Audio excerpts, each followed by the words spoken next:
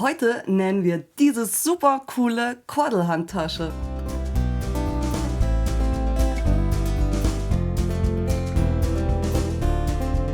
Willkommen auf meinem Kanal. Ich bin die Babs und auf diesem Kanal bekommst du gefährliches Halbwissen professionell vermittelt. Und heute möchte ich mit dir diese coole Kordeltasche nähen. Ich habe inzwischen schon ein paar Taschen genäht, allerdings viel Kosmetiktaschen und große Equipmenttaschen. Ich verlinke dir alle Videos auch mal unten in der Infobox. Falls du eine Kosmetiktasche haben möchtest, kannst du da mal vorbeischauen. Und mein Mann sagte, mach doch mal wieder eine richtige Handtasche. Ich habe schon eine richtige Handtasche gemacht, und zwar diese hier. Sehr cool, weil man die Taschenklappe wechseln kann, allerdings ist die eher klein. Und jetzt wollte ich eine richtige Handtasche, aber mit Platz drin. Und herausgekommen ist die Kordelhandtasche. Ich habe mich für die Kordeln entschieden als Griffe, einfach weil ich ein bisschen Highlight haben wollte und ein bisschen was anderes. Ich fand, das ist ein ganz nettes Detail und das hat mir gut gefallen. Jetzt wird das Grün-Lila vermutlich nicht jedermanns Geschmack treffen. Das ist auch gar nicht schlimm. Ich fand es ziemlich cool so und ich wollte mich mal an eine spannende Farbkombination wagen. Diesen Stoff übrigens bekommst du in dieser und in vielen anderen Farbkombinationen in meinem Online-Shop. Ich habe eine ganze Kollektion Canvas mit Streifen in 2 Farben erstellt. Ich verlinke das unten und würde mich freuen, wenn du vorbeischaust. Und da wir schon beim Thema sind, mache ich gleich mal ein bisschen Werbung in eigener Sache. Denn ich habe endlich meinen Shop wieder aktualisieren können und bin super happy. Es kamen aber nicht nur neue Stoffe dazu, sondern zum Beispiel auch Schnittmuster auf Stoff. Das sieht dann so aus, das ist das, was man bekommt, einen Reißverschluss und das passende Schnittmuster auf Stoff und natürlich die passenden Zipper dazu. Das hier ist der Kulturwürfel und da bekommt man einmal den Innenstoff als wasserfesten Stoff, damit man das Ganze abwischen kann, wenn mal was ausläuft. Und witzige Etiketten zum Aufnähen und einmal den Außenstoff mit Schlaufen, wenn man das möchte, in Canvas. Und es gibt auch die kleine Boxy Bag als Schnittmuster auf Stoff. Die ist aus Canvas, da hast du einmal auch ein Außen- und ein Innenteil und natürlich immer eine Nähanleitung dazu. Von den Schnittmustern auf Stoff ist jetzt nicht mehr so viel da. Wenn du da Lust drauf hast, dann lohnt es sich schnell zu sein. Ich muss mal gucken, ob ich das dann nochmal nachorder oder ob es das damit war. Das kann ich noch nicht sagen. Könnt ihr mir ja mal in die Kommentare schreiben, ob ihr da weiterhin Lust drauf habt. Aber es gibt natürlich nicht nur neue Stoffe. Ich habe auch ganzen Schwung neue Bügelbilder und neue Labels. Ich zeige euch die mal. Hier habe ich wirklich viele neue Bügelbilder, auch größere Sheets. Deswegen variieren die Preise ein wenig. Von lustigen Monstern in verschiedenen Farben, über Kindermotive, süße Katzen im Weltraum und, weil es von euch immer wieder gewünscht war, süße Tiere. Ich habe hier so ein bisschen Comic-mäßig und auch so ein bisschen realistischerer Style, super cute, wie ich finde. Alles nicht zu klein, sodass man wirklich ein Motiv hat, das man auch aufbügeln kann und was sieht davon. Gibt noch ein paar nähende Tiere. Etwas, das aus meiner Sicht für Kinder und Erwachsene gut funktioniert. So ein bisschen Comic-Style fand ich ziemlich cool. Das ist auch ein größeres Sheet. Ein wenig was für Männer und ein XXXXXL-Sheet mit geometrischen Tieren. Fand ich super cool. Alles ist von mir selbst gezeichnet und selbst entworfen. Und ich lasse das dann in der EU produzieren und drucken und freue mich natürlich, wenn meine Designs jemandem gefallen. Außerdem habe ich neue Labels. Vielleicht hast du schon gesehen, ich habe hier auch eins aufgenäht. Lecco Mio fand ich hier ganz passend und mit dem Grün-Schwarz passt es hervorragend zu dem Grün-Lila. Die Labels zeige ich dir auch einmal kurz. Das hier ist das Sheet, das ich jetzt für meine Tasche benutzt habe. Da habe ich mir das Lecco Mio rausgeschnitten. Das ist immer ein Sheet 20×20 mit verschiedenen Motiven oder Sprüchen in verschiedenen Größen zum selber ausschneiden. So lässt sich das auch gut lagern. Auch hier haben wir wieder das vom Bügelbild für die Männer. Falls da jemand mal eine Tasche für den Mann näht zum Beispiel, kann man das wunderbar benutzen. Und auch die Kindermotive gibt es hier zum Aufnähen. So kann man ein T-Shirt mit passendem Rucksack zum Beispiel machen und dafür die Kinder was gestalten. Und besonders cool, weil auch die Farben, finde ich, super gut rauskommen. Einmal so ein Doppelsheet kann man einzeln benutzen oder eben zusammen für die Mädels. Und es gibt was komplett Neues. Da bin ich ganz, ganz besonders stolz drauf, denn es ist nicht nur das Design von mir, nein, die stelle ich auch selbst her. Und jetzt wirst du dich fragen, was Genähtes für Näherinnen? Nein, nichts Genähtes. Ich habe Saumhilfen designt und mit Hilfe meines Mannes und seines 3D-Druckers hergestellt. Und die möchte ich dir unbedingt zeigen, weil da bin ich wirklich, wirklich stolz drauf. Es gibt einmal die normale Variante sozusagen in Fruchtdesigns. Das hier zum Beispiel ist die Zitrone, die Orange. Es gibt die Limette, die Kiwi und die Wassermelone. Und wie man schon sieht, das Ganze ist magnetisch. Das macht natürlich Sinn bei einer Saumhilfe. Das heißt, man hat hier sein Fruchtstück, das ist 5 cm lang, 2,5 breit und 1 cm hoch. Das richtet man sich auf der Stichplatte aus. Dann kann man den Stoff hier entlang schieben und hat immer die perfekte Nahtzugabe. Alles, wie gesagt, von mir designt und selbst hergestellt. Die Magnete sind eingedruckt, das heißt, da kann auch nichts rausfallen, weil das nur reingeklebt ist, nichts auf der Stichplatte bleiben. Bin ich richtig stolz drauf. Die Designs sind fresh. Und ich finde, die machen richtig, richtig Spaß. Wenn du jetzt gar nicht so der Fruchttyp bist, gibt es auch die Variante extra stark. Die sind etwas länger, die sind so lang wie die komplette Stichplatte mit 7 cm. Und die haben 3 Magnete. Die Magnete sitzen hier vorne, das heißt, ich kann mir das so dran machen. Wenn ich aber hier mein Spulenfach habe und da ja Kunststoff und trotzdem die volle Haftkraft möchte, drehe ich das einfach um und dann hält das auch wieder perfekt auf der kompletten Stichplatte. Durch die 3 Magnete ist das wirklich extra strong. Das ist auch die Variante extra strong. Also das hält richtig, richtig fest auf der Stichplatte. Da verschiebt sich auch mit Kunstleder so schnell nichts. Da würde ich mich freuen, wenn ihr im Shop vorbeischaut und dem Ganzen eine Chance gibt. Da steckt ein bisschen Arbeit drin, bis die so waren, wie sie jetzt sind. Ich freue mich mega über jede, die im Online-Shop vorbeischaut. Das unterstützt mich auch ein bisschen. Mit YouTube verdiene ich praktisch nichts. Also nicht nur praktisch, sondern das kostet mich sehr viel Geld. Es wäre nett, wenn sich das ein bisschen finanziert zum einen. Und natürlich, wie gesagt, das ist alles von mir mit Herzblut entworfen. Und da fließt viel Gehirnschmalz rein, was euch vielleicht gefallen könnte. Und das sind natürlich auch immer Kosten, die man im Voraus eingeht. Deshalb würde ich mich mega freuen, wenn du Spaß an den Designs hast, wenn du einfach mal vorbeischaust. Jetzt aber zurück zu unserer Kordeltasche, wegen der du hier bist. Man sieht es schon, sie ist ein wenig aufwendiger. Ich möchte euch auch mal zeigen, wie die innen aussieht. Also hier vorne Label optional. Das Ganze hat einen festen Boden und 4 Taschenfüße. Die steht richtig, richtig gut. Hat dann hier die Ösen mit der Kordel. Die sind an der Seite festgenäht und ziehen die Tasche von alleine zusammen. Das heißt, man braucht hier nichts mehr, was die Tasche noch schließt. Die zieht sich hier so zusammen und wenn ich die am Arm habe, dann ist die auch zusammen. Und wenn ich sie aufziehe, kann mir nichts verrutschen, weil das hier festgenäht ist. Ich habe innen eine Reißverschlusstasche für Lippenstift und solche Kleinigkeiten. Ich habe hier einen Taschentrenner in der Mitte, der natürlich auch wieder einen Reißverschluss hat, sodass ich hier nochmal richtig viel Platz habe. Vorne und hinten ebenfalls richtig viel Platz. Und auf dieser Seite habe ich dann nochmal Fächer, wo ich was reinschieben kann, wie zum Beispiel ein Handy. Man sieht schon, die Tasche ist ein klein wenig aufwendiger. Allerdings finde ich, hat sich dieser Aufwand sehr gelohnt. In diese Plexiglasplatte müssen Löcher gebohrt werden und zwar passend zu den Schrauben der Taschenfüße. Da muss man gucken, was man sich holt und muss das einmal ausmessen. Ich habe das dann 1,5 Zentimeter vom Rand wegplatziert.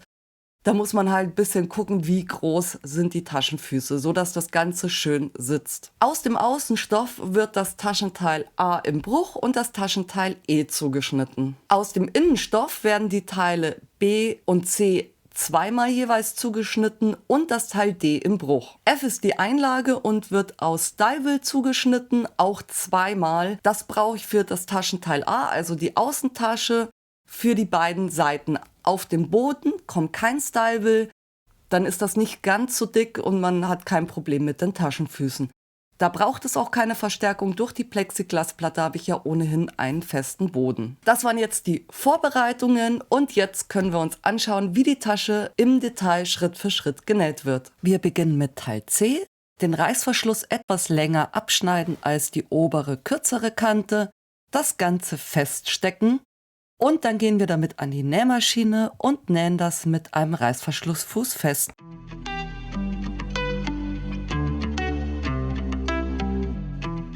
Danach legen wir den Stoff von den Reißverschlusszähnen weg und nähen das nochmal knappkantig fest. Das wiederhole ich jetzt mit der zweiten Seite des Reißverschlusses und dem zweiten Teil. Auch da wird wieder rechts auf rechts gelegt. Ich gucke, dass meine Seiten parallel liegen, sodass mein Stoffteil nicht verrutscht ist, stecke oder klamme mir das fest und nähe da drüber. Anschließend wird es wieder umgelegt und einmal knappkantig abgesteppt. Anschließend kann ich dann die Überstände von dem Reißverschluss abschneiden. Jetzt brauchen wir das Teil D und ein Teil B. Auf einer kurzen Seite von Teil D ziehe ich mir als erstes 2 cm vom Rand weg eine Linie. Dann zeichne ich mir die Mitte des Teil Ds an und die Mitte des Teil Bs. Jetzt lege ich Teil D rechts auf Teil B und zwar so, dass die Mitte ist, also dass sich die beiden Markierungen treffen und dass meine waagerechte Linie auf Höhe von 9 cm ist. Das stecke ich mir fest, damit erstmal nichts mehr verrutschen kann. Dann mache ich einen zweiten waagerechten Strich unterhalb dem bisherigen und zwar 5 mm unterhalb. Und den schließe ich jetzt, also ich möchte da ein Rechteck haben, indem ich von den Seiten noch jeweils 2 cm nach innen messe. Um diese Markierung nähe ich jetzt einmal rum. Dabei beginne ich nicht an einer Ecke, das ist nie gut, sondern eine Gerade lässt sich sehr viel leichter nähen und besser treffen. Ich beginne also einfach irgendwo mittendrin, nähe bis zu einer Ecke, lasse die Nadel stecken, drehe meinen Stoff und wenn ich da noch nicht auf meiner Markierung bin, dann kann ich auch nochmal nachjustieren, indem ich zum Beispiel noch einen Stich nach vorne nähe. Und das mache ich, bis ich einmal komplett rundum genäht habe. Jetzt schneide ich das in der Mitte zwischen diesen beiden Nähten auf. Allerdings lasse ich links und rechts so 1 Zentimeter ungefähr stehen, bisschen weniger vielleicht, um dann von dem Ende meines Schnitts in die Ecken zu schneiden. Dabei natürlich darauf achten, dass man die Naht nicht verletzt. Jetzt kann der zukünftige Taschenbeutel auf die linke Seite gewendet werden. Und auch oben dieses kurze Stück, diese 2 Zentimeter, die wir haben überstehen lassen, müssen auf die linke Seite. Damit das Ganze auch ordentlich liegt, muss es natürlich gebügelt werden. Auf den restlichen Reißverschluss habe ich den Zipper aufgezogen und das kommt jetzt hinten an die Tasche dran. Das heißt, die Zähne schauen nach vorne und hinten drauf ist der Reißverschluss. Ich klippe mir das zuerst mit 2 Klammern fest, damit der nicht mehr großartig verrutschen kann, drehe mir das Ganze dann und stecke das jetzt mit Nadeln fest. Dann wird das Ganze knappkantig abgesteppt und so der Reißverschluss festgenäht.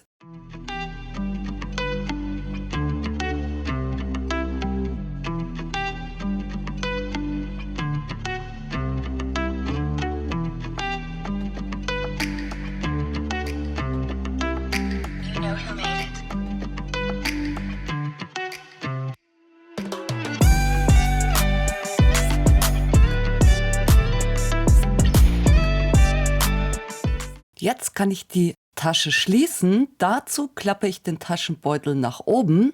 Und jetzt ist auch klar, warum wir links, rechts und oben 2 cm Rand gelassen haben. Die brauchen wir nämlich jetzt, um die Tasche zunähen zu können.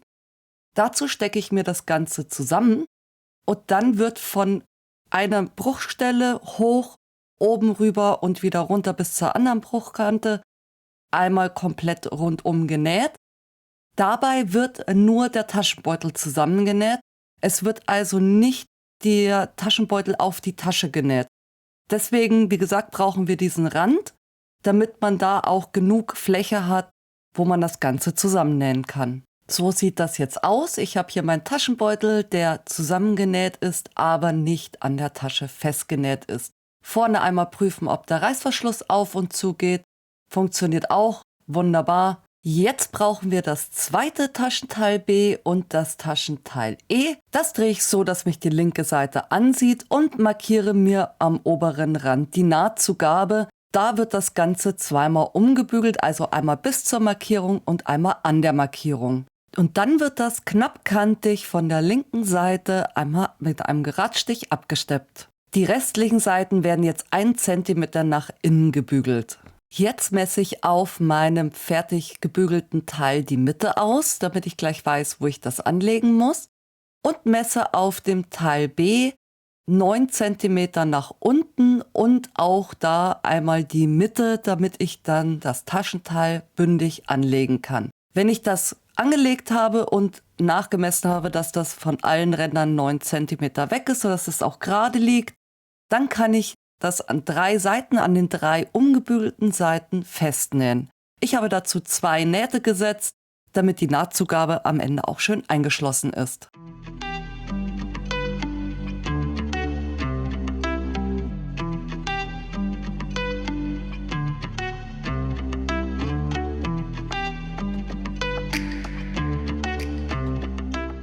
So sieht das jetzt aus und jetzt soll das noch unterteilt werden. Da muss jeder gucken, was für ihn passt. Mir war wichtig, dass mein Handy reinpasst. Das habe ich mir reingelegt und links und rechts den Stoff niedergedrückt und da habe ich mir dann Nadeln reingesteckt. Und auf die Art muss man sich die Taschen dann selbst bestimmen, ob man Stiftetaschen, also ganz schmale braucht oder wie man sich das unterteilen möchte. Und dann kann man an den Nadeln 2 Nähte setzen, damit das Ganze schön hält. Und das sieht dann fertig so aus.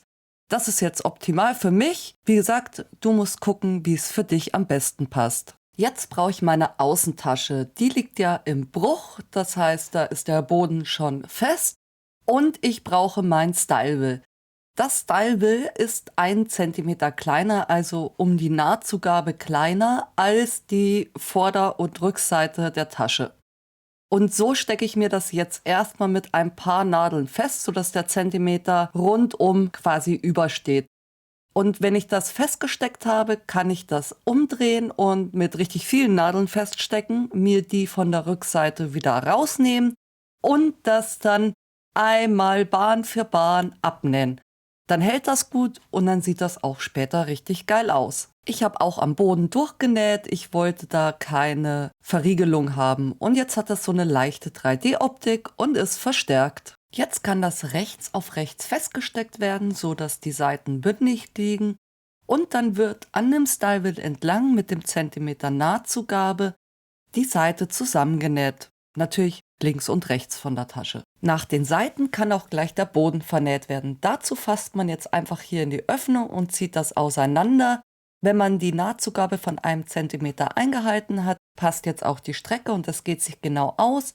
Dann legt man die Nahtzugabe auseinander, steckt sich das fest und näht auch den Boden links und rechts mit 1 Zentimeter Nahtzugabe zusammen. Jetzt machen wir den verstärkten Taschenboden. Dazu brauche ich eine Plexiglasplatte mit 4 Löchern, 2 Streifen Bügelvlies, 4 Taschenfüße und das entsprechende Werkzeug. Jetzt nehme ich als erstes mein Bügelvlies und bügel mir das hier an den Ecken auf. Und wenn ich die aufgebügelt habe, kann ich da Löcher reinmachen. Damit ich weiß, wo die hin müssen, lege ich jetzt meinen Taschenboden auf mit den vorbereiteten Löchern und markiere mir, wo die Löcher genau sind. Jetzt kann ich die Markierungen mit einer spitzen Schere, einer Ahle oder einem anderen Werkzeug durchstechen, sodass ich da ein Loch für meine Schraube habe. Jetzt wird die Tasche gewendet und die Ecken werden ausgeformt und dann kann der Boden in die Tasche reingelegt werden. Jetzt kommt von innen die Schraube durch das Loch in der Plexiglasplatte und sollte dann aus dem Stoff rausschauen. Dann kann ich das von außen mit dem Taschenfuß kontern und festschrauben. Das mache ich für alle 4 Löcher und schon habe ich einen perfekt verstärkten Boden. An der Stelle ist mir aufgefallen, dass ich natürlich mein Label vergessen hatte. Das macht man am besten am Anfang, bevor man alles zusammennäht. Ich habe es jetzt nachträglich noch aufgebracht, das hat natürlich auch funktioniert. Für die Innentasche brauche ich jetzt die beiden Teile B, die ja vorbereitet sind mit Reißverschluss und den Fächern. Und ich brauche das Teil C, das ist mein Taschentrenner, wo ich auch oben den Reißverschluss eingenäht habe. Und jetzt wollen wir das zusammenbringen. Ich lege mir jetzt Teil C einmal ordentlich aufeinander und dann bündig unten mit dem Taschenboden. Wichtig ist, dass links und rechts die gerade liegen, dass der Reißverschluss oben mittig liegt und dass man sich das ein bisschen ausrichtet. Dann muss das Ganze eben unten einmal ordentlich bündig liegen. Und wenn ich das habe, kann ich das zweite Taschenteil B rechts auf rechts da drauflegen. Wer sich leichter tut, kann das schon mal zwischenklammern und dann die Klammern einzeln lösen und neu feststecken. Dann muss ich links und rechts 1 Zentimeter mir markieren. Das ist ganz wichtig. Dieser Zentimeter bleibt unvernäht. Das heißt, von diesem Zentimeter Markierung bis zur nächsten Zentimeter Markierung, das dazwischen nähe ich jetzt fest. So sollte das jetzt aussehen. Links und rechts bleibt dieser Zentimeter offen. Und jetzt falten wir das nach unten, so dass ein Teil der Ecke hier bündig mit dem Boden liegt. Dann steht das andere Teil der Ecke noch über und das falte ich jetzt wieder zurück, so dass auch das bündig mit dem Boden liegt. Und jetzt liegt es unten und rechts an der Ecke bündig und das kann ich mir jetzt erstmal feststecken, damit da nichts mehr verrutscht.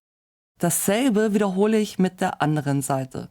Also einmal nach unten falten, wieder zurück und das Ganze feststecken. Dann wird das Ganze umgedreht und mit der anderen Seite genauso wiederholt, einmal nach unten und zurück, bis alles bündig liegt auf beiden Seiten und das Ganze feststecken. Jetzt müssen wir die Seiten aufeinander bringen. Da habe ich ja meinen Taschentrenner in der Mitte, den dürfen wir jetzt nicht vergessen.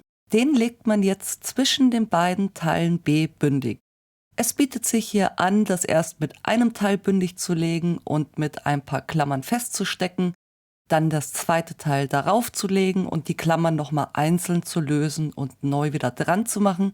So weiß man, dass man wirklich alle 4 Lagen bündig aufeinander hat und einem dann nichts verrutscht. Das mache ich natürlich mit beiden Seiten und nähe dann alle Lagen zusammen. Jetzt können die Klammern vom Boden wieder gelöst werden. Der ist unvernäht. Wir haben nur die Seiten zusammengenäht. Und jetzt kann ich den Boden aufeinander legen und auch den mit einem Zentimeter Nahtzugabe links und rechts zusammennähen. Auf der Außentasche habe ich mir jetzt die Ösenposition markiert und zwar 12,5 cm links und rechts von der Naht aus und 4 cm von oben.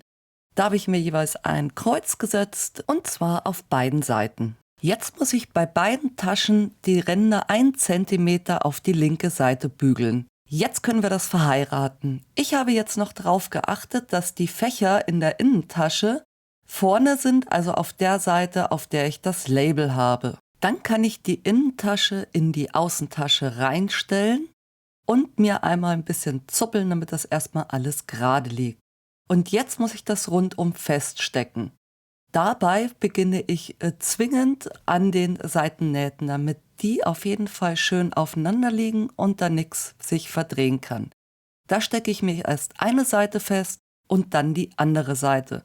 Dabei schaue ich, dass die Innentasche 1-2 mm unterhalb des Randes der Außentasche liegt. Und jetzt kann ich die Strecken zwischen den beiden Klammern feststecken. Auch da gucke ich immer, dass das eben 1-2 mm unter dem Rand liegt. Ich lege mir das schön flach, damit ich mir keine Falten einnähe. Desto schöner man das da jetzt sich feststeckt, desto leichter tut man sich beim Nähen. Ihr könnt übrigens die Markierungen auf dem Innenstoff bei mir ignorieren.